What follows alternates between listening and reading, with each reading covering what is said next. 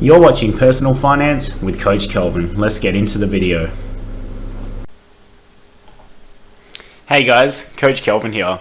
And today I want to talk to you about my 5 favorite personal finance and financial independence podcasts that I've found in order to educate myself while trying to achieve financial independence myself. So I'll give you a bit of backstory before I get into which ones are actually my favorite and basically why I decided to start learning about stock market investing, personal finance, and being efficient with money. So when I first kind of decided to take personal training more seriously and transition from having that as my side hustle into my main job, I resigned from my full-time job in transport and then basically went all in on personal training and coaching gym classes.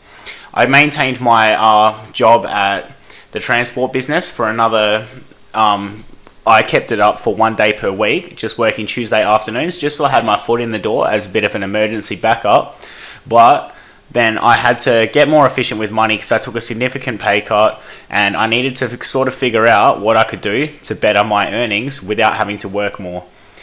Because I'd obviously transitioned from jobs and changed my hours drastically, that drop in pay meant my living expenses coming down was going to be very good for me, and I actually was able to increase my savings rate despite this once I sort of figured out what to do. So I was at work one day working on a Sunday and sort of had some free time up my sleeve, so I was just looking for some financial independence podcasts over on Spotify. I think I just wrote finance podcast, and the first one to pop up was The Mad Fientist. Now, this is a guy from the United States, Brandon, who achieved financial independence in his mid-30s. He's a very smart, awesome to listen to speaker. He hasn't been as active on the podcasting side once hitting financial independence, but his journey to get there was very cool. And he interviewed a lot of really great people, such as Cal Newport, who wrote the book Deep Work, and many other people out there. It's actually a really great podcast, and I recommend listening to all of it, because even though some of those episodes may be a little old now, 4 or 5 years ago, they're still containing a lot of relevant information for today. I started listening in 2019, but even to this day in 2021, a lot of the principles you learn from his podcast can be, applied to what you're doing now. Brandon talks about the 4% withdrawal rate for a safe retirement, the 25 times annual expenses. He talks about limiting your living expenses by living frugally in order to decrease the time until you reach FIRE.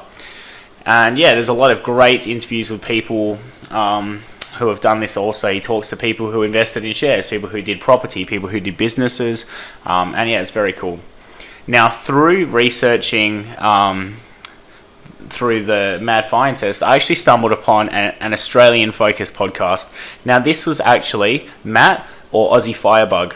Now, the Aussie Firebug had a lot of great content. He was probably the first person to try and make Australian-centric financial independence podcast and put out advice, and it was really great. So what he sort of did was introduce you or sort of bring you to the idea of financial independence in Australia as costing a lot more than other places in the world.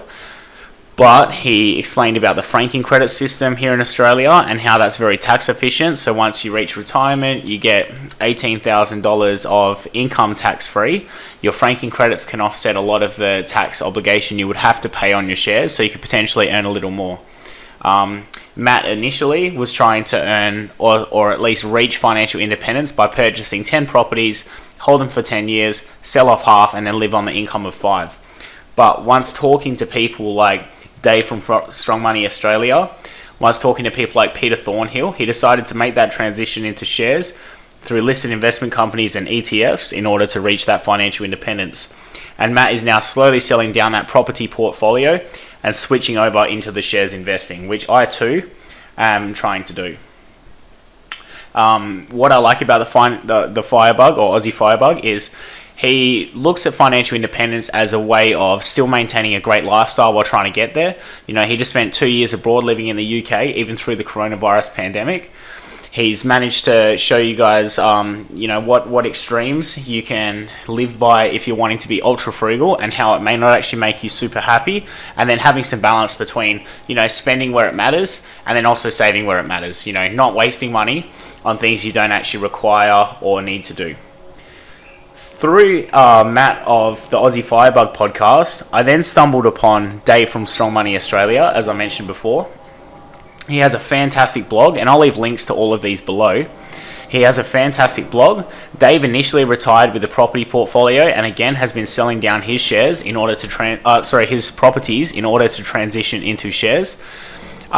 Dave achieved financial independence at 28 years old, which is just insane. And he's actually Perth-based in Western Australia, just like myself. And I've since listening to his podcast with Pat the Shuffler, or Lifelong Shuffle, and reading his blog, I've reached out, and we've actually caught up in person, which is really cool, and I get along really well with him. He's a very insightful person, and what I like about Dave as well is he does things that matter to him. He wants to make an impact on the world, so he donates to charity, volunteers time, and he does things which bring him joy. He's not worried about the opinions of others. He's not worried about making anyone happy but himself, his partner, and his dog. And he provides all this free content with no desire to get anything in return from it. He just wants to basically keep educating people and help others make wonderful decisions to help them on their FIRE journey. So, Dave, very grateful for getting the chance to meet you, looking at your podcast, looking at your blog, etc. It's very good. So, all right, that's 3 down. We've got 2 more to go. Now, there's another Australian podcaster / blogger. His name is Captain Fire. Now, he is a pilot, initially from Sydney. He's moved around a little bit as of late, and he just reached his financial independence number, or early retirement. Basically, Captain Fire is a pilot who was working a lot on a very high wage, was able to invest a lot of money. So I think he was doing $2,000 a fortnight or something like that. And he has changed his strategy from sort of a mix of ETFs and index funds to just the ETF index funds now, and no listed investment companies, which he was also buying before. And he's simplified his investments a lot. He now has a portfolio of websites which give him income. He's just building a investment property, which is actually really cool as well, because this is his first exposure to property, I believe. Has a insane superannuation fund, which is basically your retirement fund here in Australia, similar to a 401k or a Roth IRA. And yeah, Captain Fire has a very cool outlook on things, because he's not scared of doing hard work in order to increase his earnings, like a lot of other people may not want to do. So whilst also running his podcast, he does the websites. He was working as a pilot. He was doing work on Airtasker and all this other stuff. So definitely is able to pull in income. He's got a great podcast too. It's all of these podcasts are available on Spotify, so I highly recommend you go and check it out there. Okay, guys. Now, the 5th podcast that I wanted to mention to you guys is Equity Mates. Now, this is a little different to like a financial independence sort of podcast. It's not necessarily all about increasing savings rate, investing 25 times your annual expenses to get a 4% drawdown rate, anything like that. But what they do is make investing very simple. They break down the fundamentals of individual businesses. They have a little bit of banter between Alec and Ren, which is really cool. And something else I really like is when they interview people, they often get CEOs of companies or the developers of the apps and all of these things onto the show. So you get to hear firsthand the information from the relevant party. For example, there's a new broker here in Australia. It's called Superhero, and they've had the founder of Superhero on their show a couple times now. It's very interesting hearing him talk about his own company. He explains why a custodian model for shares holding is actually safe enough here in Australia, and you don't need to be so stressed about, CHESS sponsorship. They look at breaking down lots of different companies. They talk about IPOs, and there's just so much information. It's a very thorough podcast. They release a few episodes a week, and I highly recommend checking out Equity Mates. If you like a bit of banter as well, it's definitely worth listening to them. They are also on Spotify. Now, the last 4 podcasts are listed, so from 2 to 5, they are all Australian focused, but Equity Mates actually does discuss a lot of United States listings and companies. You know, I've heard about Peloton and companies like that as well. So I highly recommend you check those out. Now, guys, if you have any podcast recommendations for me, please send them through, because I absolutely love listening to this sort of content, and I'd love to, find out some new information, or just get to know other personalities out there and listen to them, because it's always very interesting.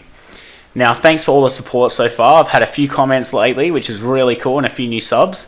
The YouTube algorithm's sort of not letting me see every single comment that comes through, so if I don't get back to you, I apologize. I do really appreciate it. I try and respond to every single comment, especially while I'm trying to grow this channel. I think that's very important, because it is a little finance community.